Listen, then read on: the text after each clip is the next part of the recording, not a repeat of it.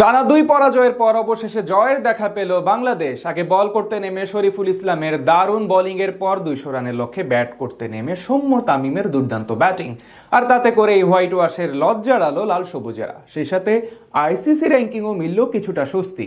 জিম্বাবুয়ের বিপক্ষে সিরিজের শেষ ম্যাচে টাইগারদের এমন দাপুটে জয় নিয়ে বাকিটা থাকছে এই প্রতিবেদনে।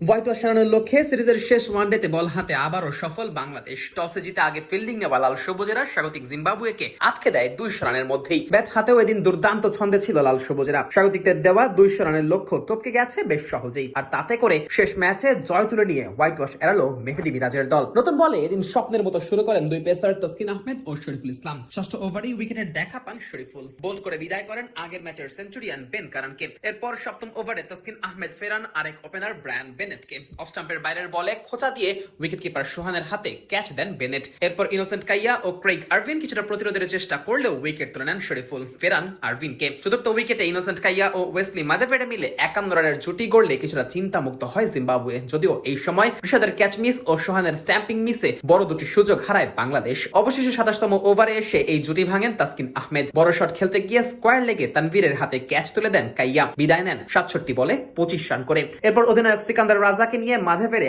আবারও ইনিংস গড়ার চেষ্টা করেন, তবে তানভীর ইসলামের ব্রেক থ্রুতে ফেরেন রাজা ফিরলেও এক প্রান্তে অটল ছিলেন মাধেভেরে। 2 রানে জীবন পাওয়ার পর 56 বলে তুলে নেন নিজের অর্ধশতক। এদিকে ক্লাইভ মাদানদেকে মাত্র 1 রানে ফিরিয়ে নিজের তৃতীয় উইকেট তুলে নেন শরীফুল। এরপর মাধেভেরে ও ব্র্যাড ইভান্স সপ্তম উইকেটে 43 রানের কার্যকর জুটি করে দলকে 150 রানের কাছে নিয়ে যান। তবে ইনিংসের মোড় ঘুরিয়ে দেন তানভীর। নিজের শেষ ওভারে 75 রান করা মাধেভেরেকে শর্ট কাভারে মেহেদী হাসান মিরাজের হাতে ক্যাচ বানিয়ে ফেরান এই বাহাতি। মাধেভেরে ফেরার পর ওয়েলিংটন মাসাকাজ্জাকে অসাধারণ থ্রোয়ে রান আউট করেন তাওহিদ হৃদয়। অন্য প্রান্তে ব্র্যাড ইভান্স শেষ দিকে দ্রুত রান তুলতে থাকেন। ক্যাচ মিসের সুযোগ কাজে লাগিয়ে মাত্র 41 বলে 50 পূর্ণ করেন এই ব্যাটার। 2 ছক্কা ও 5-4 সাজানো ইনিংসে জিম্বাবুয়েকে 200 রানের কাছাকাছি নিয়ে যান ইভান্স। তবে ইনিংসের 48তম ওভারে আবার উইকেট পান শরীফুল, বিদায় করেন 43 বলে 50 রান করা ইভান্সকে। আর শেষ ব্যাটার আর্নেস্ট মাসুকুকে বিদায় করেন মোহাম্মদ সাইফুদ্দিন। ফলে 48.1 ওভারে 199 রানেই অল আউট হয় জিম্বাবুয়ে।